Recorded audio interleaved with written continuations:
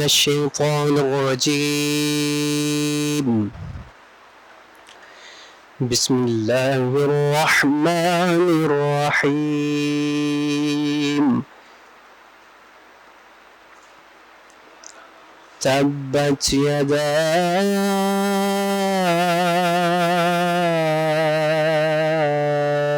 أبي لهب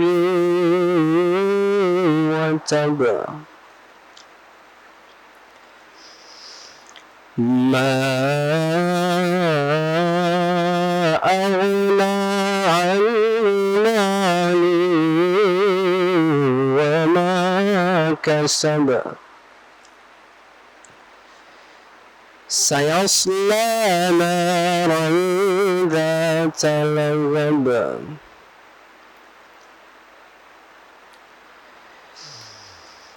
تبت يدا أبي لهب وتب ما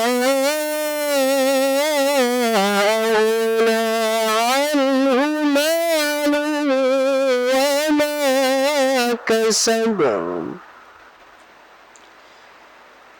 سيصلى نارا ذات لهب وامرأته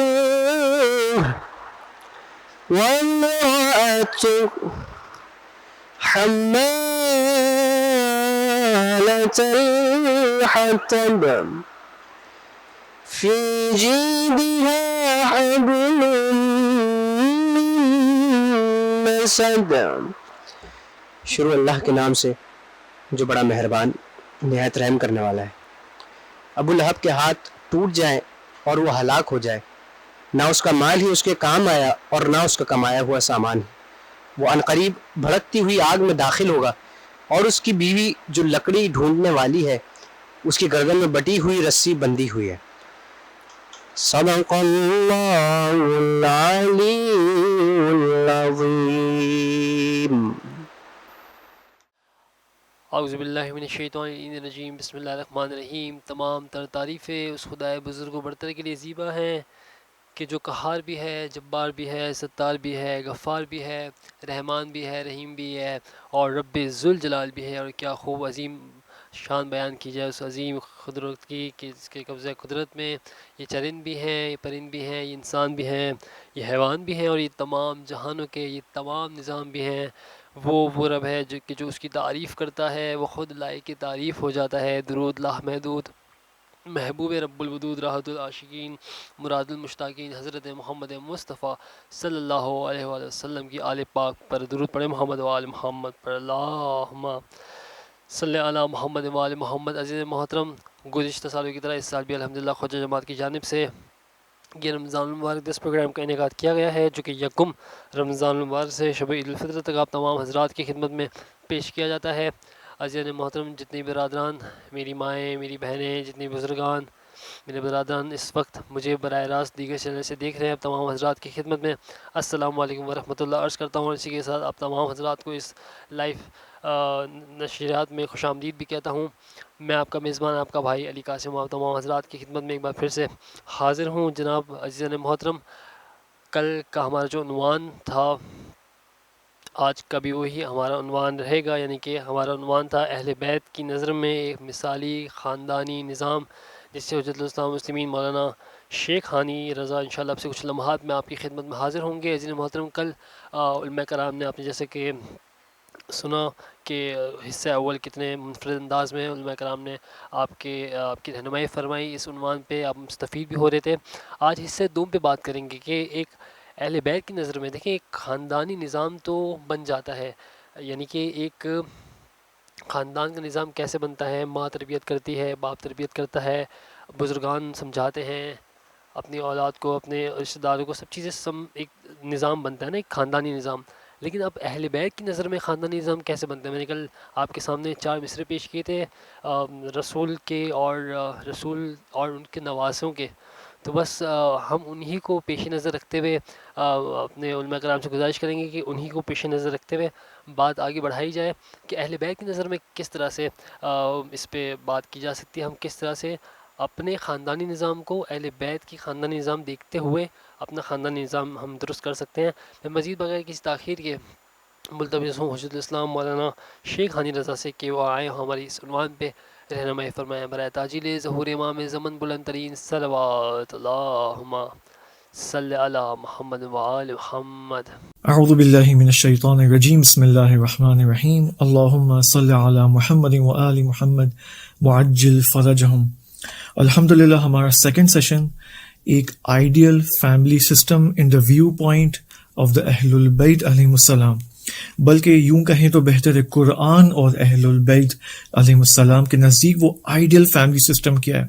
اس سیکنڈ سیشن میں آپ کی خدمت میں ایک اہم حقیقت جو کہ ایک فیملی سسٹم کی بنیاد ہے اہل البیت علیہ السلام کے نزدیک، قرآن کے نزدیک، کہ اگر ہم اس حقیقت کو اپنائے بغیر، اپنی زندگی میں امپلیمنٹ کیے بغیر، اپنی شادی شدہ زندگی کو یا بطور کلی اپنی فیملی لائف کو، اپنے مختلف ریلیشن شپس کو ہم ان کو چلانے کی کوشش کریں، ان کو نبھانے کی کوشش کریں، تو ممکن ہے ان ریلیشن شپس کے اندر شیطان اختلاف ایجاد کرے.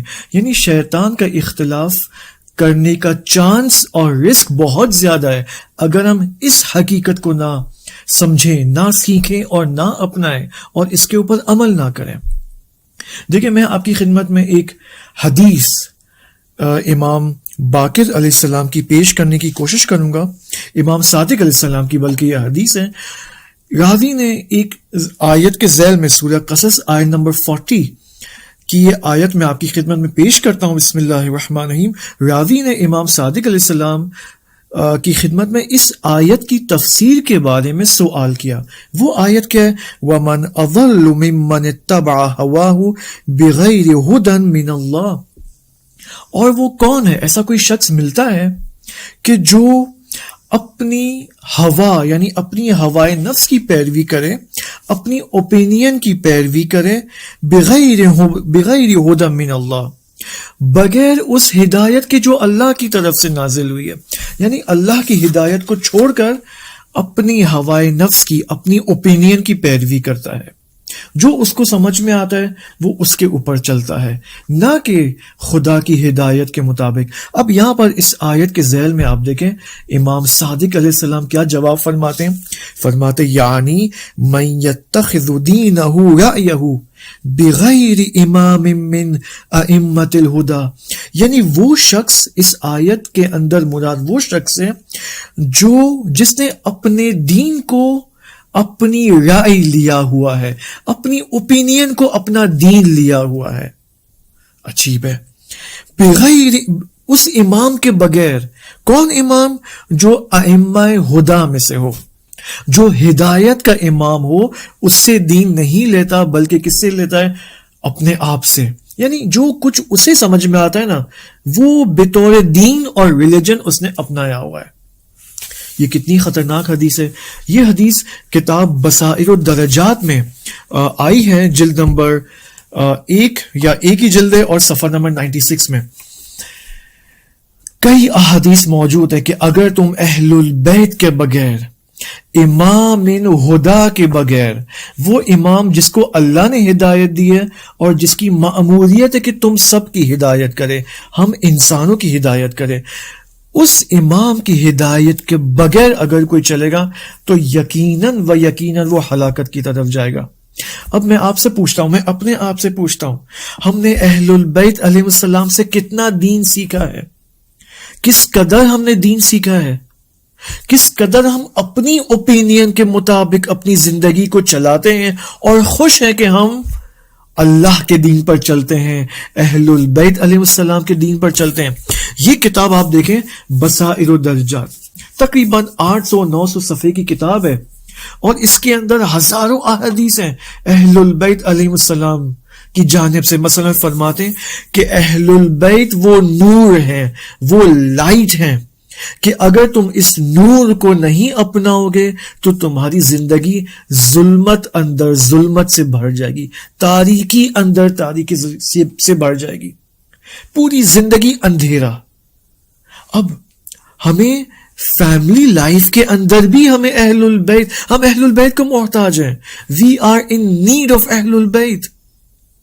ہم کب تک اپنے آپ کو خوش رکھیں گے؟ کنونس رکھ کر اپنے آپ کو کتنا کنونس کرتے ہیں اور پھر خوش بھی ہوتے ہیں اس کنونسنگ کے بعد کہ ہم تو ٹھیک جا رہے ہیں، ہم تو بالکل صحیح ہیں، ہم جس طرح اپنے بچوں کی تربیت کرتے ہیں وہ بالکل ٹھیک ہے، ہم جس طرح سوچتے ہیں ٹھیک ہے، ہم جو کپڑے پہنتے ہیں وہ ٹھیک ہے، ہمارے سوچنے کا انداز، بولنے کا انداز، اٹھنے بیٹھنے کا انداز جو ہمیں سمجھ میں آتا ہے وہ ٹھیک ہے. اہل البیت فقط شفاعت کے لیے نہیں، اہل البیت سب سے پہلے اس دنیا کے لیے. جو اس دنیا میں اہل البیت کو نہیں اپنائے گا، یعنی اہل البیت علیہ السلام کی تعلیمات کو نہیں اپنائے گا، انہیں کیسے شفاعت پھر نصیب ہوگی دنیا میں؟ لہٰذا یہ قاعدہ ہے. بس ہمیں فیملی لائف کے اندر بھی کیا کرنا ہوگا؟ اہل البیت سے پوچھنا ہوگا. خصوصاً یہ سیشن حتماً وہ افراد سنیں جو شادی شدہ ہیں یا جو شادی کی تیاریوں میں مشغول ہیں، جو عنقریب شادی کرنے والے ہیں، جن کی منگنی ہو چکی ہے یا جو سوچ رہے ہیں کہ ہمیں اب بالآخر شادی کرنی چاہیے. تو حتماً یہ سیشن ان کے لیے بہت ضروری ہے. آپ دیکھیں، ایک قاعدہ میں آپ کی خدمت میں یہاں پیش کروں گا، حتماً اس کو سنیں اور پھر اس کو ہم اپلائی کریں گے فیملی لائف کے اندر، شادی شدہ لائف کے اندر. دیکھیں، قاعدہ یہاں پر یہ ہے کہ خداوند سبحان نے، اللہ سبحانہ و تعالی نے جتنے بھی موجودات آپ کو نظر آتے، انسان، غیر انسان، درخت، آسمان، یہ کتاب، یہ بک شیلف، یہ دیوار، جو کچھ بھی ہے، یہ جتنے بھی موجودات ہیں، یہ اسماء الہی کا مظہر ہیں. کیا کہا میں نے؟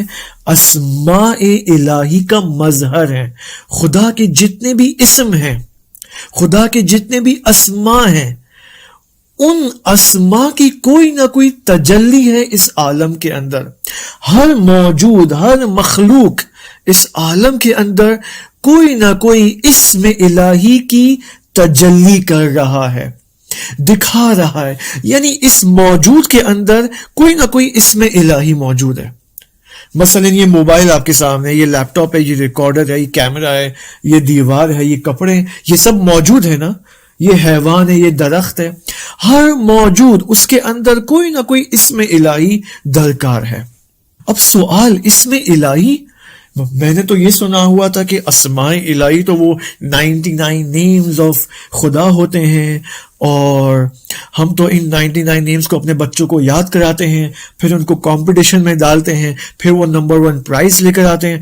ہم نے تو سوچا تھا کہ اسماء الہی کی حقیقت تو یہاں تک ہی نہیں، ایسی کوئی بات نہیں ہے.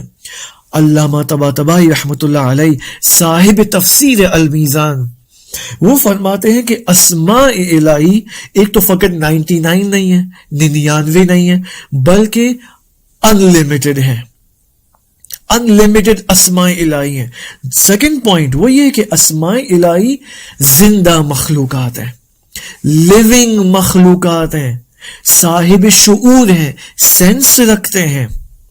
یہ اسماء الہی کی حقیقت ہے. سیکرٹ بتاؤں میں آپ کو، اسماء الہی در حقیقت مدبرات عالم ہے. اس پوری یونیورس اور پورے عالم ہستی اور جہان ہستی کے پلانرز ہیں، اس کو مدبرات کہتے ہیں. اب انسان، ہم انسان ہیں، انسان کا وجود بھی کوئی نہ کوئی اسم الہی کا مظہر ہے. اوکے، میں نے اس اسماء الہی سے شروع کیا، پھر اس کو عالم ہستی، اور پھر انسان، اور اس کے بعد ہم دیکھیں گے میاں اور بیوی، male and female, husband and wife کے اندر کون سے اسماء الہی موجود ہیں.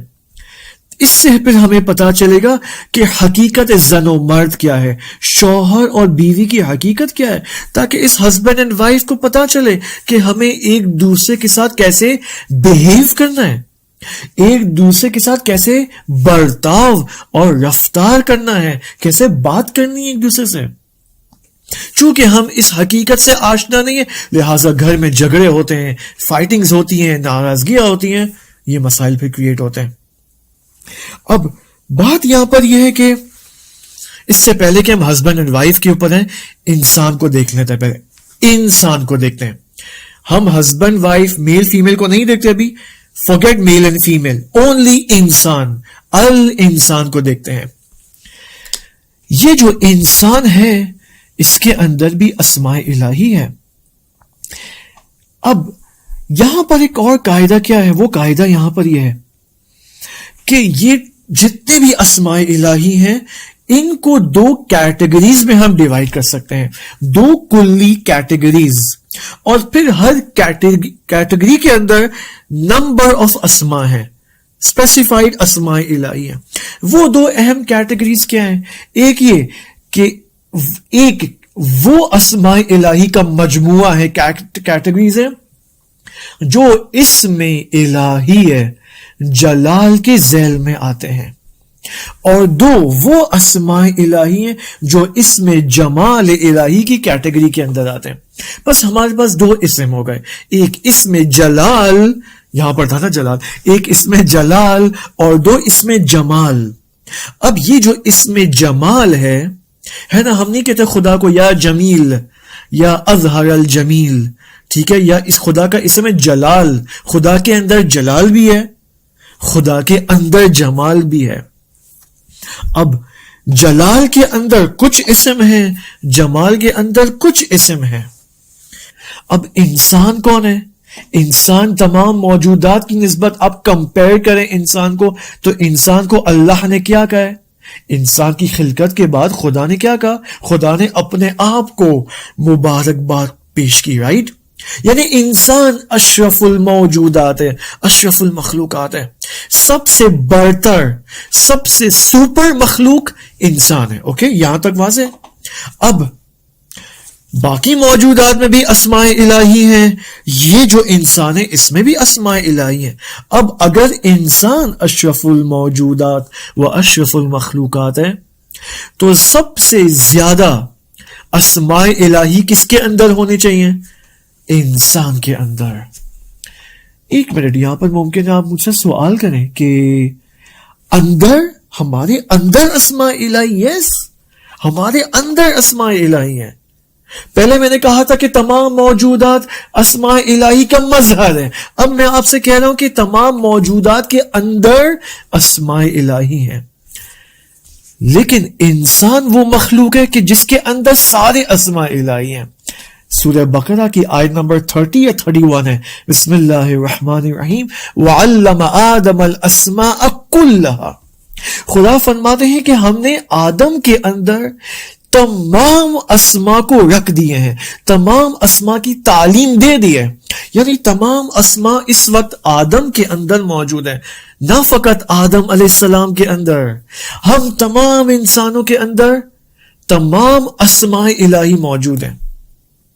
لیکن ایک فرق ہے یہاں پر آدم علیہ السلام اور ہمارے درمیان, وہ یہ کہ جب خدا نے آدم علیہ السلام کو تمام اسماء الہی کی تعلیم عطا فرمائی تو آدم علیہ السلام کے وجود میں یہ تمام اسماء الہی ایکٹیویٹڈ اور انیبلڈ فارم میں رکھ دیے گئے, انیبلڈ فارم.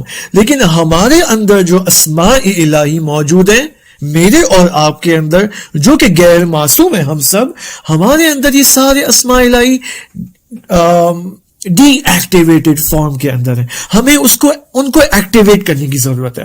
مثلا مثال دوں, اگر ایک اسم ہے مثلا یا رحیم, یا رحمان, خوب, یا رحمان یا رحیم اللہ کا اسم ہے.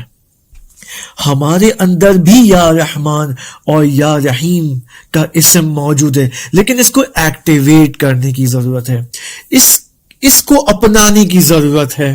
یعنی میں بعنوان انسان رحمان الہی و رحیمیت الہی کا مظہر بن جاؤں اس عالم ہستی کے اندر. اگر میں نے وہ رحیمیت کو اور رحمانیت کو اپنا لیا, اس کا کیا مطلب ہوگا؟ اس کا مطلب میں نے اس اسم کو ایکٹیویٹ کیا, انیبل کیا, ٹھیک ہے. اب انسان, اب یہاں پر سمجھانے کا ٹائم چونکہ کم ہے لہٰذا میں بہت تیزی سے گزروں گا. اگر آپ کو ڈیٹیلز سیشنز چاہیے تو وہ میں نے الحمدللہ آپ کی دعاؤں سے ان سیشنز کو کتاب کی صورت میں بھی اور یوٹیوب کی صورت میں بھی اس کو ہم نے اپلوڈ کیا ہے. اب انسان، اس سے پہلے ہم male and female and husband and wife کے اوپر آئیں، صرف ایک قاعدہ یہاں پر یہ بتا دوں کہ انسان تمام اسماء الہی کا جامع ہے. کیا مطلب جامع؟ کمپریہنسونیس. تمام اسماء الہی کمپریہنسونیس کے ساتھ انسان کے وجود کے اندر موجود ہیں. اب یہ جو انسان ہے، مرد اور زن نہیں، انسان، یہ تمام اسماء جلالی اور تمام اسماء جمالی کا مظہر ہے. اس کے اندر تمام جمالی اسماء بھی ہیں، تمام جلالی اسماء بھی ہیں. لیکن چونکہ خداوند متعال نے اس انسان کو میل اور فیمیل میں کیٹیگرائز کیا ہے، میل اور فیمیل کی صورت میں بنایا ہے، تو یہاں پر جلال الہی اور جمال الہی بھی تقسیم ہو جاتے ہیں. یعنی مرد اور میل وہ اللہ کی مخلوق ہے کہ جو اسماء جلالی کا مظہر ہے، وہ جلالی ہے، مرد جلالی ہے. جیسے حضرت موسیٰ علیہ السلام کے بارے میں احادیث میں موجود ہے کہ حضرت موسیٰ کے اندر وہ جلالت بہت زیادہ برجستہ تھی. جو فیمیل ہے، جو خاتون ہے، جو عورت ہے، یہ اسماء جمالی کا مظہر ہے. اس کے اندر اس کا وجود جمالی اسماء سے بھرا ہوا ہے، بھرپور بھرا ہوا ہے. یہ پہلی بات. اب جلالی کا کیا مطلب ہے، جمالی کا کیا مطلب ہے، تاکہ ہمیں پتا چلے کہ اگر ایک مرد اس کے اندر اسماء جلال ہیں تو اس کی صفات پس کیا ہوں گی، اس کی کیا کوالٹیز ہیں. اگر ایک خاتون کے اندر اسماء جمال ہیں تو اس جمالی اعتبار سے، جمالی اسماء کے اعتبار سے اس عورت کے اندر کیا کوالٹیز ہونی چاہیے. تو میں آپ کو خلاصتاً بتا دیتا ہوں.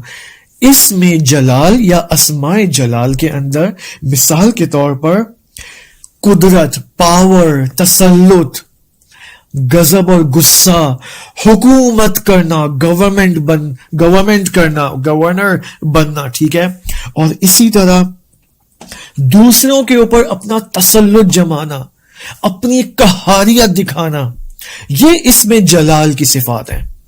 اس کو اس میں جلال کہتے ہیں. لیکن جو اس میں جمال ہے، اس کو کیا کہتے ہیں؟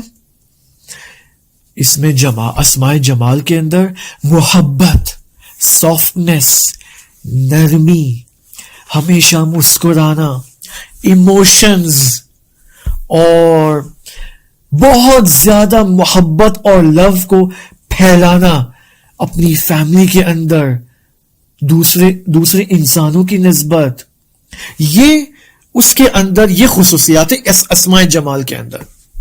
البتہ یہاں پر کسی کو غلط فہمی نہ ہو کہ اگر اسماء جمال کے اندر محبت ہے، سافٹنس ہے، ایموشنز ہیں، اوکے، تو کیا اسماء جلال کے اندر نہیں ہے؟ اسماء جلال کے اندر بھی ہیں. میں نے کہا نا، مرد کے اندر اسماء جلال ہیں. کیا مطلب جلال ہے؟ یعنی اس کے اندر جلالی اسماء زیادہ آشکار ہیں، زیادہ نظر آتے ہیں. لیکن اس کے اندر جمالی اسماء بھی ہیں لیکن پنہان ہیں، چھپے ہوئے، آشکار نہیں ہیں. اسی طرح خاتون، عورت، وہ اسماء جمالی کا مظہر ہے. کیا مطلب؟ اس کے اندر محبت، سافٹنس، ایموشنز، جمال، خوبصورتی، زیبائی، یہ زیادہ آشکار ہے. تو کیا اس کے اندر جلالی اسماء نہیں ہیں لیکن پنہان ہے. وہ کیوں پنہان ہے؟ کیوں اس کے اندر جلالی اسماء پنہان ہے؟ کیوں اس کے اندر جمالی اسماء پنہان ہے؟ کیونکہ ہر ایک کا اپنا یوسیج ہے، سچویشنز کے مطابق. اب یہاں پر پوری ڈیٹیل اس کا فلسفہ ہے. اب اس کو ہم فیملی سسٹم میں یہاں تطبیق کرنے کی کوشش کریں گے انشاءاللہ. اب اگر اس کو ہم نام دینا چاہیں، قرآنی نام دینا چاہیں عربک کے اندر، تو جمالی اسماء کو پھر ہم قرآنی آیات میں ایک دو نمونے دیکھتے ہیں and then we will move on to husband and wife. وہ یہ کہ قرآن کے اندر آپ دیکھیں جو آیات اسماء جمال اور جلال کے بارے میں آئی ہیں، اس کے علماء نے دو عنوان دیے ہیں. جمالی اسماء کے لیے مہر کا لفظ استعمال کیا جاتا ہے اور جلالی اسماء کے لیے قہر کا لفظ استعمال کیا جاتا ہے. قہر یعنی قہاریت، مہر یعنی محبت. تو یہ جلال اور یہ جمال، یہ قہر اور یہ مہر، یہ جب تک آپس میں نہیں ملیں گے تو اس کائنات کی کمپلیشن پاسبل نہیں ہے. یہ کائنات اور یہ یونیورس تکمیل نہیں ہوگی. یہ سوسائٹی اور یہ انسان اپنے کمال تک، اسپرچل پرفیکشن تک نہیں پہنچ سکتا. اگر انسان چاہتا ہے کہ اسپرچل پرفیکشن تک پہنچے، معنوی کمالات کو حاصل کرے، تو اس کو چاہیے کہ مہر اور قہر کو دونوں ساتھ ساتھ رکھے، جلال اور جمال دونوں کو ساتھ ساتھ رکھے. اب میں آپ کو قرآن کی آیت سناتا ہوں. دیکھیں سورہ فتح آیت نمبر 29. بسم اللہ الرحمن الرحیم. دیکھیں مؤمنین کی کیا صفات ہیں. مؤمنین وہ ہیں جن کے اندر اس میں جمال بھی ہے، اس میں جلال بھی ہے، اور ان کی کوالٹی یہ ہے کہ یہ دونوں اسم کو آپس میں ملا کے رکھتے ہیں. بسم اللہ الرحمن الرحیم. مؤمنین وہ ہیں جو اشداء علی الکفار رحماء بینہم، جو کفار کے سامنے شدت دکھاتے ہیں، اور جو آپس میں رحیمیت اور رحمانیت دکھاتے ہیں. آپ دیکھیں ایک آیت کے اندر جلال اور جمال دونوں کو خدا فرما رہے ہیں، بیان فرما رہے ہیں. ایک ہی آیت کے اندر مہر و قہر دونوں یہاں پر جامع اس کا ہمیں مظہر نظر آتا ہے. یعنی مومنین وہ ہیں جو آپس میں، ایک مومن دوسرے کی نسبت کبھی بھی شدت نہیں دکھاتا، ہمیشہ محبت. لیکن یہی مومن کافر کے سامنے، دشمن کے سامنے شدت دکھاتا ہے، غصہ دکھاتا ہے، اپنی قہاریت دکھاتا ہے، اپنی پاور دکھاتا ہے. لیکن یہ مومن اپنے مومن بھائی کی نسبت پاور، قہاریت، غصہ نہیں دکھاتا. کتنی خوبصورت بات ہے یہ. دیکھیں یہ انسان کی کوالٹی ہے.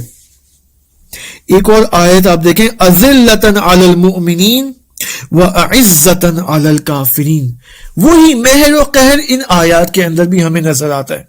بس اگر ہم رحمت کو اور رحماء بینہم کو اس جمالی اعتبار سے دیکھیں تو نتیجہ یہ نکلے گا کہ مؤمنین ایک دوسرے کی نسبت رحمت، محبت، تواضع سے پیش آتے ہیں. ٹھیک ہے، تواضع اس کو کہتے ہیں نا.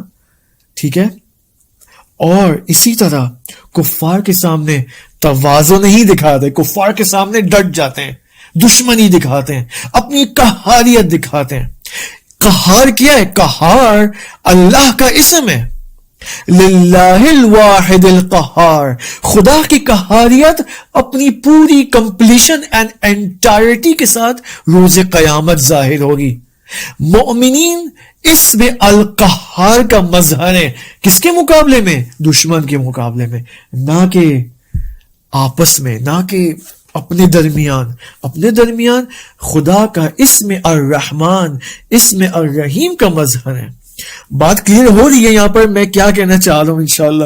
ٹھیک ہے، لہذا اب حدیث میں ہمیں کیا ملتا ہے جب ہم ریلیجن کی بات کرتے ہیں، مؤمنین کے آپس کے تعلقات کی بات کرتے ہیں، تو آپ دیکھیں حدیث میں ملتا ہے کہ هل الدین الا الحب والبغض. هل الدین الا الحب والبغض. کیا دین کے اندر حب اور بغض کے علاوہ کچھ اور ملتا ہے؟ دین یعنی حب اور بغض. حب یعنی جمال، بغض یعنی جلال. حب یعنی جمال بین مؤمنین، بغض یعنی جلال کافرین کے مقابلے میں. اب مرد کون ہے، وائف کون ہے؟ مرد کون ہے، عورت کون ہے؟ ہسبینڈ کون ہے، وائف کون ہے؟ شوہر، ہسبینڈ، اس میں جلال الہی کا مظہر. یعنی ایک شوہر کے اندر اس میں جلال الہی زیادہ آشکار ہے، اگرچہ اس کے اندر جمالی صفات بھی موجود ہیں لیکن پنہان طور پر آشکار نہیں ہے.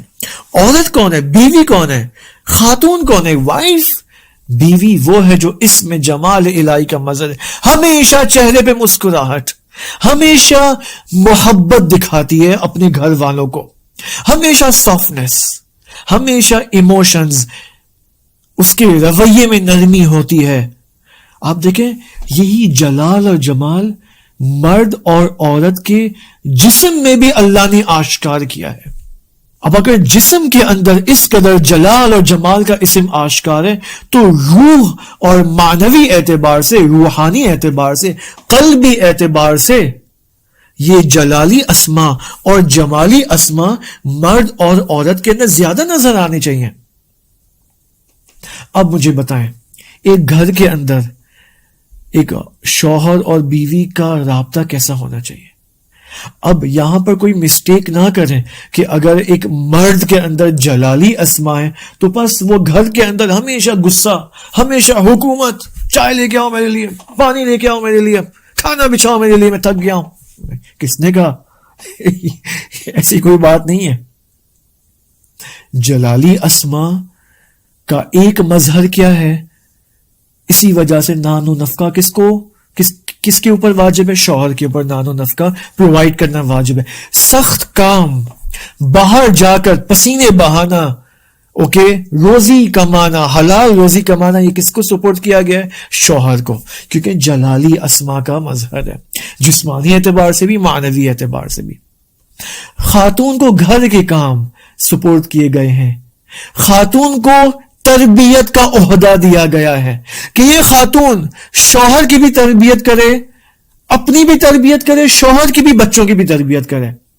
اور تربیت میں کیا تربیت محبت کے بغیر ہو سکتی؟ نہیں ہو سکتی ہے. اور عورت جو کہ اس میں جمال الہی کا مظہر ہے، اس کو مدرہڈ، اس کو ماں کا عہدہ دیا گیا ہے. لہذا گھر کے اندر کیا ماحول ہونا چاہیے مجھے بتائیں؟ کیا ایٹماسفیئر ہونا چاہیے؟ کیا غصے کا ایٹماسفیئر ہونا چاہیے؟ نہیں. پھر کون سا ایٹماسفیئر، کون سا ماحول ہونا چاہیے میرے گھر کے اندر، میری فیملی لائف کے اندر؟ گھر کے اندر محبت کا ماحول ہونا چاہیے. محبت سے لبریز ہو، محبت سے بھرا ہوا ہو ایک گھر، تب جا کے یہ گھر کمال تک پہنچ سکتا ہے. محبت کا سینٹر پوائنٹ کون ہے گھر کے اندر؟ محبت کو کون آغاز کرے گا؟ عورت، خاتون، کیونکہ وہ جمال الہی کا مظہر ہے. اللہ نے اس کو جمیل بنایا ہے، خوبصورت بنایا ہے، جسمانی اعتبار سے بھی، معنوی اعتبار سے بھی. چونکہ عورت زیبائی کا مظہر ہے، جمال الہی کا مظہر ہے، یا یوں کہوں اسماء جمال الہی کا مظہر ہے، بس اس کے ذریعے، عورت کے ذریعے پورے گھر میں، تمام گھر والوں کے درمیان محبتی رابطہ اینڈ ریلیشنز کو سٹارٹ کرنا اور پھیلانا عورت کا کام ہے. تو کیا مرد کا کام؟ یس، مرد کا بھی کام ہے.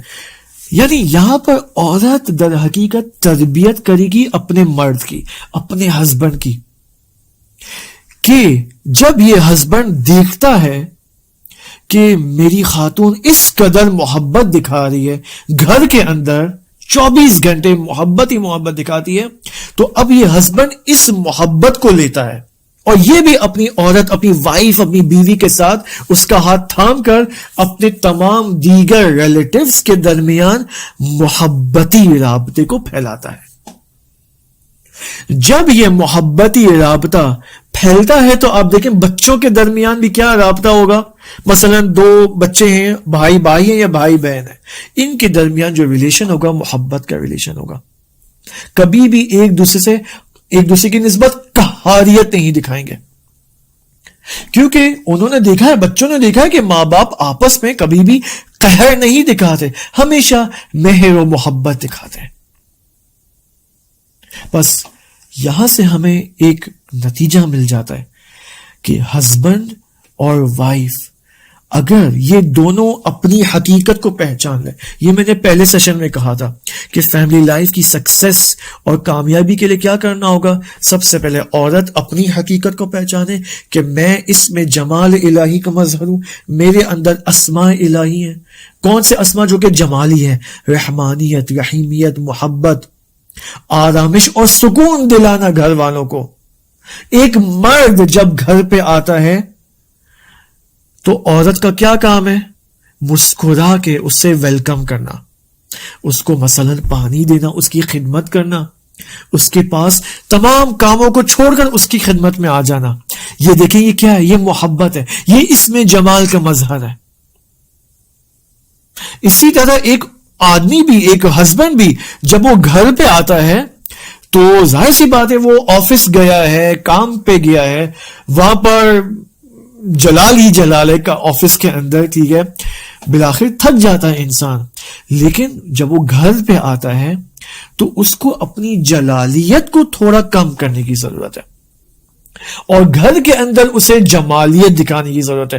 البتہ یہاں پر ممکن ہے آپ پوچھیں, اگر ایک آدمی, ایک ہسبینڈ, اس کے اندر اللہ نے اسماء جلال رکھے تو یہ گھر کے اندر کب استعمال کرے گا؟ کب گھر کے اندر اپنا غصہ, اپنی قہاریت, اپنی پاور کو استعمال کرے گا؟ یہ ڈیپینڈ کرتا ہے سچویشنز کے اوپر. یہاں پر سچویشنز ڈیپینڈ کرتی ہیں, لیکن غالبی طور پر, کلی طور پر, عمومی طور پر اکثر اوقات مرد کو ظاہر سی بات ہے غصے سے پیش نہیں آنا چاہیے. مثلا اگر یہ آفس سے آتا ہے اور خاتون اسے مسکرا کر, اسمائل کر کے سلام کرتی ہے تو اس کو بھی چاہیے کہ مسکرا کر وعلیکم السلام کہے, اچھے انداز میں اس کے سلام کا جواب دے, نہ یہ کہ چونکہ میں آفس سے تھک گیا ہوں اور میں سیدھا بس بغیر کسی سے بات کیے اپنے کمرے میں جا کر لیٹ جاؤں گا. نہیں, لیٹنا کسی نے منع نہیں کیا ہے, لیکن طریقے سے ہوتا ہے. سب کو مسکرا کر, سب سے اچھے سے بات کر کے, سلام علیک کر کر پھر جائے بندہ کمرے میں, آرام کرے, استراحت کرے. اب یہاں پر بہت ڈیٹیلز ہیں, بہت زیادہ مثالیں آ سکتی ہیں, میں نہیں جانا چاہ رہا ہوں. میں ایک اور یہاں پر قاعدہ آپ کی خدمت میں پیش کرنا چاہوں گا. البتہ اس قاعدے سے پہلے ایک نتیجہ آپ کی خدمت میں پیش کروں گا. وہ نتیجہ عجیب ہے کہ اگر خاتون جس کے اندر اسماء جمال ہے, خوبصورت, زیبائی, رحمانیت, محبت, رحیمیت, سافٹنس, ایموشنز, اس کو ہم کیا کہیں گے, زنانہ صفات, جو کہ اس جمال کے اسم سے لی گئی ہیں. اگر یہ خاتون اسماء جمالی کے مطابق عمل نہ کرے تو کیا ہوگا مجھے بتائیں؟ اس کا آٹومیٹک کیا نتیجہ ہوگا؟ اس کا آٹومیٹک نتیجہ یہ ہوگا کہ وہ یہ کہنا چاہ رہی ہے کہ میں کاش مرد ہوتی, اوکے, کاش میں بھی جو ہے مردوں کی طرح آزاد ہوتی. پھر وہ مردانہ کوالٹیز کو اپنانے کی کوشش کرتی ہے. کیا ہمارے معاشرے میں آج یہ پروموٹ نہیں کیا جا رہا؟ آپ خود دیکھیں, ایک عورت کو نہیں کہا جا رہا کہ تم شادی کرنے کی تمہیں ضرورت نہیں ہے, تم پہلے جب تک تم اپنا بیچلرز, اپنا ماسٹرز, اپنی پی ایچ ڈی اور کرتے کرتے تم 35 سال کی نہ ہو جاؤ تب تک شادی نہیں کرو. پہلے تم کماؤ, دنیا کو فتح کرو تم, اوکے, K2 کی چوٹی تک تم پہنچو, اس کے بعد تم شادی کرنا. یہ غلط ہے. کس نے کہا؟ ایک عورت کا اصلی وظیفہ, اگر ہم دیکھیں یہاں پر کوئی غلط فہمی نہ ہو, اگر ہم اسماء جمالی کے اعتبار سے دیکھیں تو کس کے اندر اللہ نے جمال رکھا ہے؟ عورت کے اندر, رائٹ؟ تو اس جمالی اعتبار سے عورت کا اصلی وظیفہ کیا ہو سکتا ہے؟ بنیادی وظیفہ کیا ہونا چاہیے؟ تربیت, فیملی کی تربیت, اولاد کی تربیت. تو کیا فیملی کی تربیت بغیر شادی کی ہو سکتی؟ نہیں ہو سکتی ہے. اگر اس عورت کو ہی کہا جائے نہیں ابھی تم شادی مت کرو, 30-35 کی ہو جاؤ, اس کے بعد تم شادی کرنا. اب وہ جب 35 کی ہو کر پھر شادی کرے گی تو وہ کیا تربیت کرنے کے قابل ہوگی؟ وہ کیا ماں بننے کی صلاحیت رکھے گی؟ اگر اولاد ہو بھی جائے اس کے اندر حوصلہ نہیں ہے, کیونکہ 35 کے بعد انسان آہستہ آہستہ بوڑھاپے میں داخل ہوتا ہے. وہ نشاط جوانی, وہ یوتھ فلنس ختم ہو جاتا ہے. جس قدر وہ عورت سن اسکرین کے کریمز لگائے, اینٹی ایجنگ کریمز لگائے, وہ جوان نہیں ہو سکتی ہے. اس کے اندر وہ نشاط ختم ہو جاتا ہے ان دی اینڈ. مرد بھی ایسے ہی ہے, 40 سال کے اندر کوئی شادی کرے, ایک لڑکا شادی کرے, لڑکا تو نہیں ہوگا وہ آدمی ہے, اگر 40 سال کی عمر میں یہ لڑکا شادی کرے تو اس کے اندر کتنا حوصلہ ہے کہ با نشاط ہو کر انجوائمنٹ کے ساتھ اپنے بچوں کی تربیت کرے. انفارچونیٹلی ہمارے معاشرے میں یہی ہو رہا ہے. یہی شعار لگائے جا رہے ہیں عورت مارچ کے نام پر, ویمنز ڈے کے نام پر, عورتوں کے حقوق کے نام پر, حقوق نسواں کے نام پر, کہ مثلا میرا جسم میری مرضی, مجھے اگر شادی نہیں کرنی تو نہیں کرنی ہے. یہ سب اس فطری قاعدے کے خلاف ہے کہ اگر ایک عورت یہ شعار لگائے کہ مجھے مثلا مردوں کی طرح جاب پہ جانا ہے, بینک مینیجر بننا ہے, بھائی کسی نے منع نہیں کیا ہے کام کرنے سے, نو پرابلم. لیکن اگر آپ اس جاب کے چکر میں, اگر ایک عورت جاب اینڈ آفس کی ذمہ داری کی وجہ سے اپنی فیملی کی قربانی دے, اپنی فیملی کو قربان کرے, اپنے بچوں کی تربیت کو قربان کرے, یہ ممنوع ہے اسلام کے اندر. اس جمالی, اس صفات اسماء الہی کے اعتبار سے دیکھیں تو دس is wrong, this is against the فطرت آف ہیومن بینگ. اسی طرح ایک مرد اگر کہے کہ مثلا مجھے مثلا شادی نہیں کرنی ہے, مجھے کاش میں مثلا عورت ہوتا, یہ سب باتیں جو ہے ویسٹرن سویلائزیشن کی سلوگنز ہیں. انفارچونیٹلی وہاں سے یہ امپورٹڈ سلوگنز ہمارے معاشرے میں آتے ہیں, اور پھر زن و مرد کے ذہنوں میں چونکہ اہل البیت کی تعلیم ہم حاصل نہیں کرتے, ہم فقط اہل البیت کے نام پر اپنے بچوں کو, اپنے آپ کو بھی اور اپنے بچوں کو کیا سکھاتے ہیں, فقط فقہی احکام, طہارت اور نجاست اور چھوٹی موٹی اخلاقی باتیں, سچ بولنا, جھوٹ مت بولنا. بس ہمارے نزدیک یہ ریلیجن ہے. بھائی یہ بصائر و درجات, ہزاروں احادیث اس کے اندر کیا اہل البیت فقط طہارت و نجاست ہے, فقط اخلاقی باتیں ہیں, اس کے اندر فطری باتیں ہیں. اگر ہم اسماء جمالی اور اسماء جلالی کے اعتبار سے دیکھیں, اس کا مطلب میرے اندر, میں جو ایک مرد ہوں, میرے اندر اگر اللہ نے اسماء جلالی رکھے ہیں آشکار طور پر, اوپن اعتبار سے, اور اسماء جمالی کو پنہان رکھا ہے, اس کا مطلب یہ میری فطرت کا حصہ ہے. اور اگر میں اپنی فطرت کے مطابق نہ چلوں تو میں اپنے آپ کو بھی ہلاک کروں گا, سوسائٹی کو بھی ہلاک کروں گا.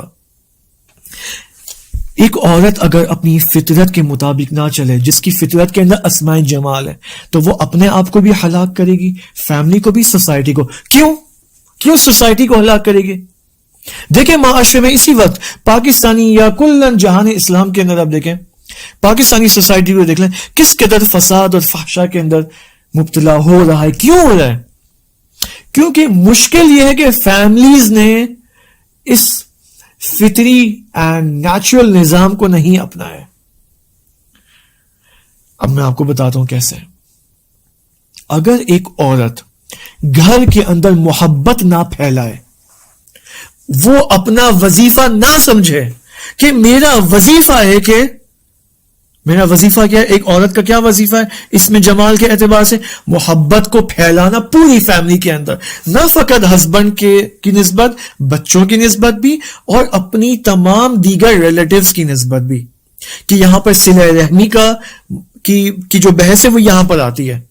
اگر عورت یہ کام نہ کرے تو ہوگا کیا, پوری سوسائٹی برباد ہو جائے گی. اس کی وجہ یہ ہے کہ جب ایک عورت فیملی کے اندر, ایک پورے خاندان کے اندر محبت ہی محبت کا ماحول ہوتا ہے, تو یہ محبت کا ایٹماسفیئر اس خاندان کی حد تک محدود نہیں رہے گا. یہ محبت اب اس خاندان سے باہر سوسائٹی کے اندر پھیلے گی, پھر یہ سوسائٹی بھی محبت کی سوسائٹی بن جائے گی. سب ایک دوسرے سے رحیمیت کے ساتھ, رحمانیت کے ساتھ, نرمی کے ساتھ پیش آئیں گے. کوئی بھی کسی سے غصے کے ساتھ اور نفرت کے ساتھ پیش نہیں آئے گا. کہاں سے شروع کیا تھا؟ فیملی سے. فیملی میں بھی کہاں سے؟ عورت سے, بیوی سے, ماں سے. بس اگر سوسائٹی میں, معاشرے کے اندر ہم نہیں کہتے سلام فرمان دے امام مہدی علیہ السلام, لبیک یا مہدی نہیں کہتے. خوب, امام مہدی علیہ السلام کون ہے؟ محبت کے امام ہے. دشمنوں کے سامنے امام مہدی علیہ السلام کا جلال, شدت, مؤمنین کی نسبت, اپنی امت کی نسبت, محبت. تو اگر ہم امام مہدی علیہ السلام کے راستے پہ چلنا چاہتے ہیں, ظہور کے لیے آمادہ ہونا چاہتے ہیں, تو ہمیں کہاں سے شروع کرنا ہوگا؟ گھر کے اندر محبت سے شروع کرنا ہوگا.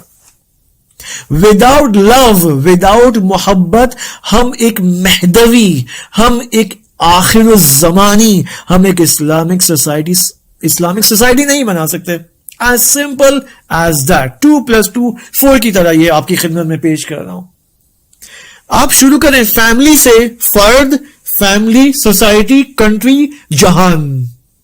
یہ محبت ایک فیملی کے اندر انڈیویجول سے شروع ہوتی ہے، ایک خاتون سے، پھیلتی ہے شوہر تک، پھیلتی ہے بچوں تک، پھیلتی ہے سوسائٹی تک، ہمسایوں تک، نیبرز، پھر سوسائٹی، اس کے بعد پورے ملک میں، اس کے بعد پورے جہان کے اندر یہ محبت پھیلتی ہے.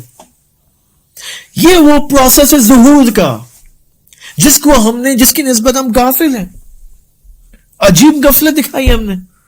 ایک عالم بہت خوبصورت بات بیان فرماتے ہیں. وہ یہ فرماتے ہیں کہ ہم مسلمانوں کی ایک پرابلم یہ ہے کہ ہم مستحبات پر بہت زیادہ زور دیتے ہیں، واجبات پر زور نہیں دیتے، جبکہ خدا نے سب سے پہلے کیا ہمارے اوپر واجب قرار دیا کہ تم واجبات پر عمل کرو.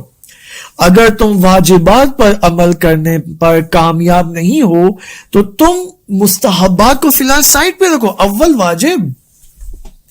اب اگر میں مثلا نماز اذان کا ٹائم ہو گیا ہے، کرکٹ میچ چل رہا ہے، T20 مثلا PSL کا میچ چل رہا ہے اور اذان بھی ہو گئی ہے، اور میچ ختم ہونے میں مثلا 2 یا 3 اوور باقی ہیں.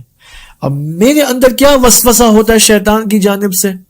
وہ یہ وسوسہ کرتا ہے کہ 3 اوور کا تو میچ ہے، ختم ہو جائے اس کے بعد نماز پڑھ لینا، آدھے گھنٹے سے کیا ہوتا ہے. ٹھیک ہے، اوکے، اطاعت کرتا ہوں میں آپ کی، آپ صحیح کہہ رہے ہو.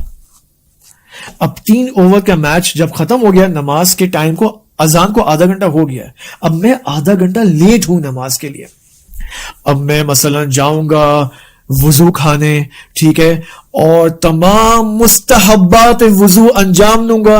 وضو، ہاتھ کے اوپر جو پانی مثلا مس کرنا ہوتا ہے، پھیرنا ہوتا ہے، اس کی جو دعائیں، چہرے کے اوپر جو پانی ڈالنے کی جو دعائیں، تمام ادعیے و دعا، ہاں یہ وضو کے ساتھ میں وضو کرتا ہوں. اس کے بعد پھر میں مصلی کے اوپر آؤں گا، زور سے اذان، بلند آواز سے اذان، پھر اقامہ، پھر اللہ اکبر، تمام مستحبات میں بجا لاؤں گا. لیکن مجھے یہ عقل نہیں آ رہی، میرے سینس میں یہ نہیں آ رہا کہ بھائی اے مومن، تو آدھا گھنٹہ لیٹ ہو گیا ہے. You are late 30 minutes. تم نے شیطان کی اطاعت کر کے اب تم نماز پڑھ رہے ہو. فیملی لائف کے اندر ہم یہی کر رہے ہیں. انفارچونیٹلی ہم مستحبات کو تو بجا لاتے ہیں، لیکن جو واجبات ہے اس کو بجا نہیں لاتے. مستحبات کیا ہیں؟ ایک میں واجب کیا ہے پہلے یہاں پر فیملی لائف کے اندر؟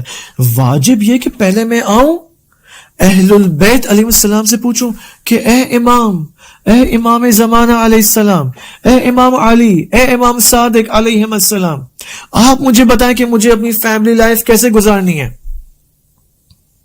آپ مجھے بتائیں کہ مجھے اپنی وائف کے ساتھ کیسے بہیو کرنا ہے. آپ مجھے بتائیں کہ مجھے اپنے ہسبینڈ کے ساتھ کیسے بہیو کرنا ہے. میں یہ ساری تعلیمات امام صادق علیہ السلام سے نہیں لیتا ہوں اور مستحبات کو بجا لاتا ہوں. میں اپنی وائف کو ڈیٹ پہ لے جاتا ہوں، میں اپنی وائف کو مثلا ہر ہفتے مثلا گفٹ دلاتا ہوں، یہ کرتا ہوں. وائف بھی ماشاءاللہ ہر ہفتے کچھ نہ کچھ ماشاءاللہ اوکے سرونگ کرتی ہے، گفٹ لے کر آتی ہے، محبت سے پیش آتی ہے مثال کے طور پر. لیکن چونکہ یہ ہسبینڈ اور وائف اپنی فطری حقیقت سے آشنا نہیں ہے، اہل البیت سے تعلیم حاصل نہیں کی کہ ہمیں وہ اہل بیتی رول ماڈل، فیملی ماڈل کیسے اپنانا ہے. لہٰذا آپ دیکھیں پہلا سال بہت اچھا گزرتا ہے، ہنی مون لائف گزرتی ہے، دوسرا سال بھی کرتے کرتے گزر جاتا ہے، اچھا گزرتا ہے. لیکن اس کے بعد جھگڑے شروع ہو گئے، ایک دوسرے سے ناراضگیاں شروع ہو جاتی ہیں، اور کرتے کرتے آج کل آپ سٹیٹسٹکس دیکھ لیں اٹھا کے، آپ 3 سال میں طلاق، پہلے سال میں طلاق، نکاح کے 6 مہینے بعد طلاق. یہ میں دیندار لوگوں کی بات کر رہا ہوں، یہ ریلیجس لوگوں کی بات کر رہا ہوں، یہ ریلیجس فیملیز کا حال ہے کہ 2 سال بعد طلاق ہو جاتی ہے. مجھے یاد ہے کسی کمیونٹی ممبر نے مجھے بتایا تھا کہ مثلا ہمارے پاس ایک اسٹیٹسٹکس آئی تھی کہ مثلا فلاں کمیونٹی میں اتنی طلاقیں ہیں.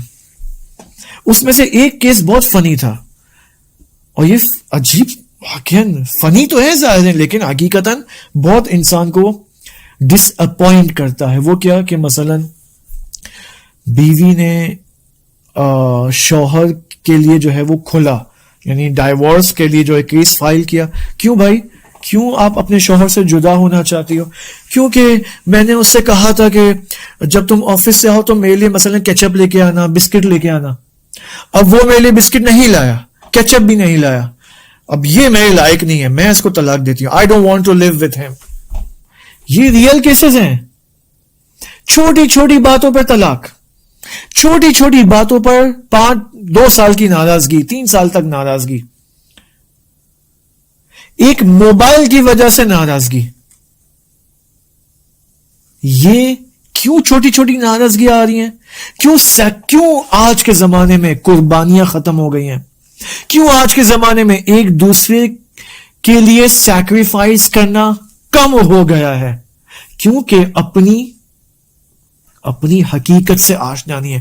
عورت اپنی جمالی حقیقت سے آشنا نہیں ہے, لہٰذا اپنی جلالیت دکھانے کی کوشش کرتی ہے. بھائی آپ کے اندر جلال کم رکھا گیا ہے, کیوں آپ اپنی جلال کو زیادہ دکھانے کی کوشش کر رہی ہو؟ ایک مرد اپنی جلالیت سے آشنا نہیں ہے, نہیں معلوم کہ مجھے کیسے بہیو کرنا ہے.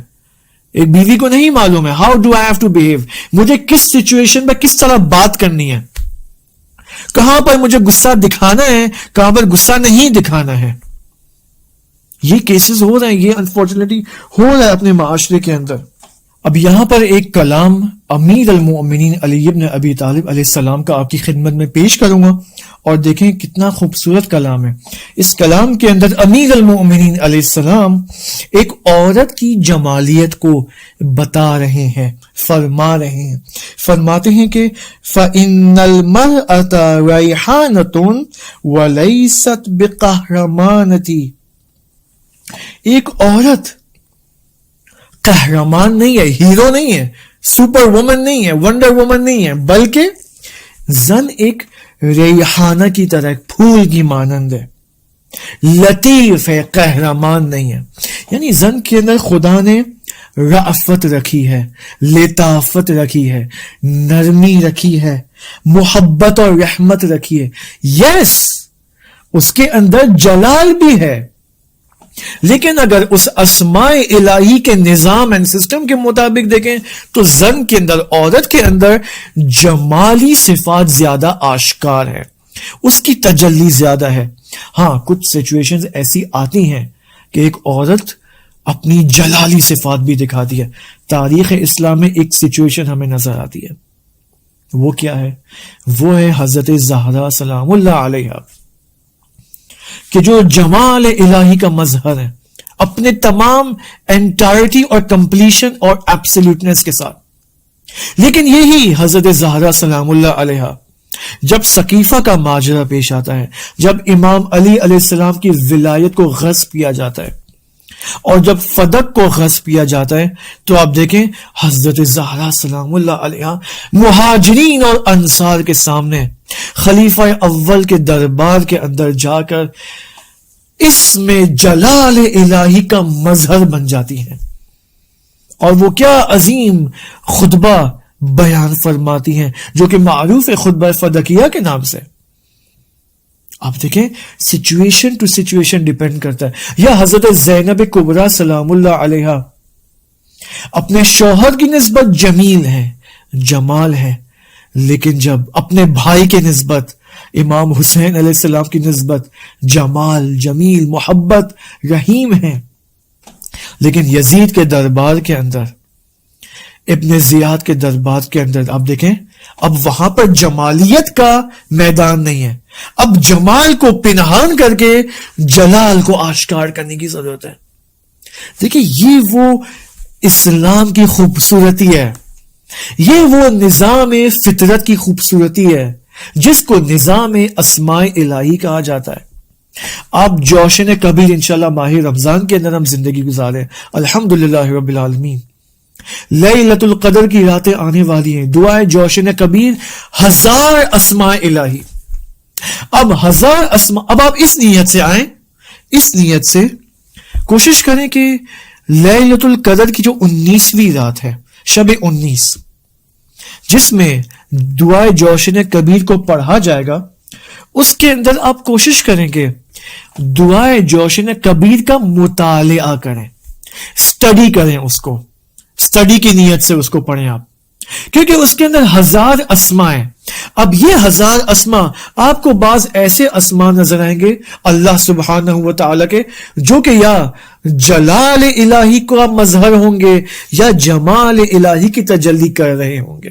اس کو آپ کیٹیگرائز کرنے کی کوشش کریں.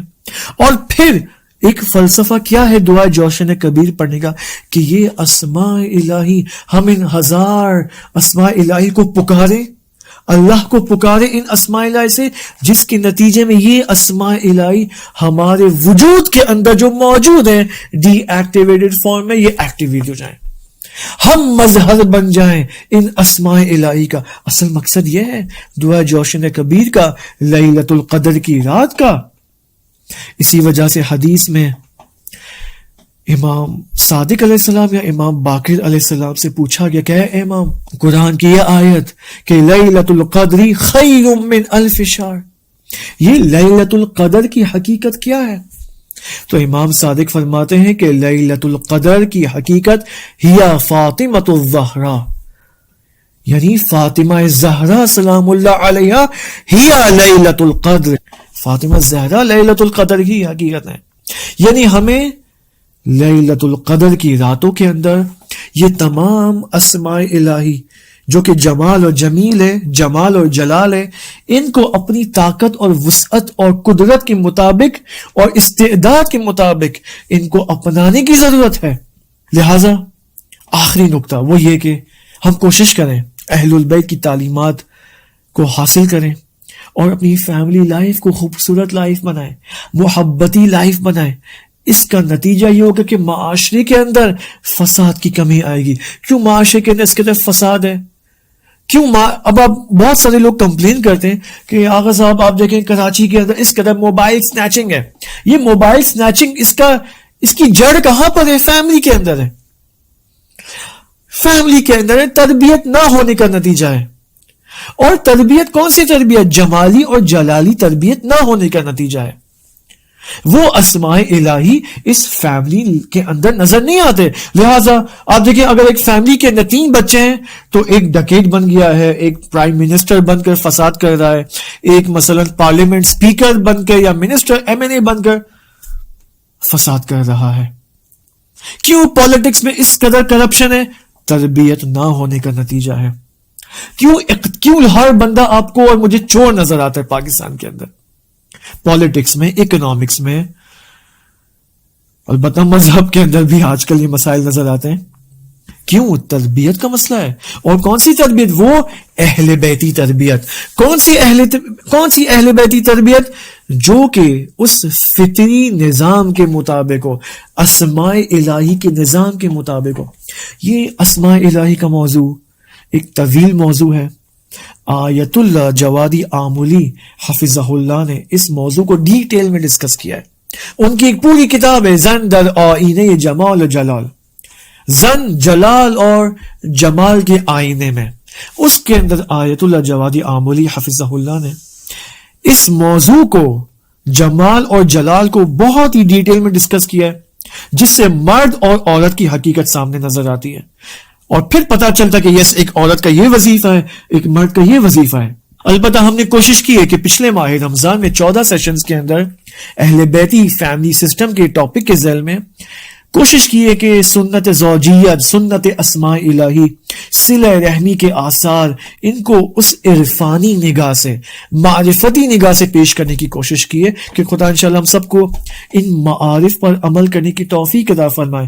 ہمارا اگلا سیشن کا ٹاپک یہ ہوگا کہ اب جب ایک عورت کا کام محبت پھیلانا ہے اور مرد کا وظیفہ بھی اس محبت کو قبول کرنا ہے اور پھر اس محبت کے رابطے کو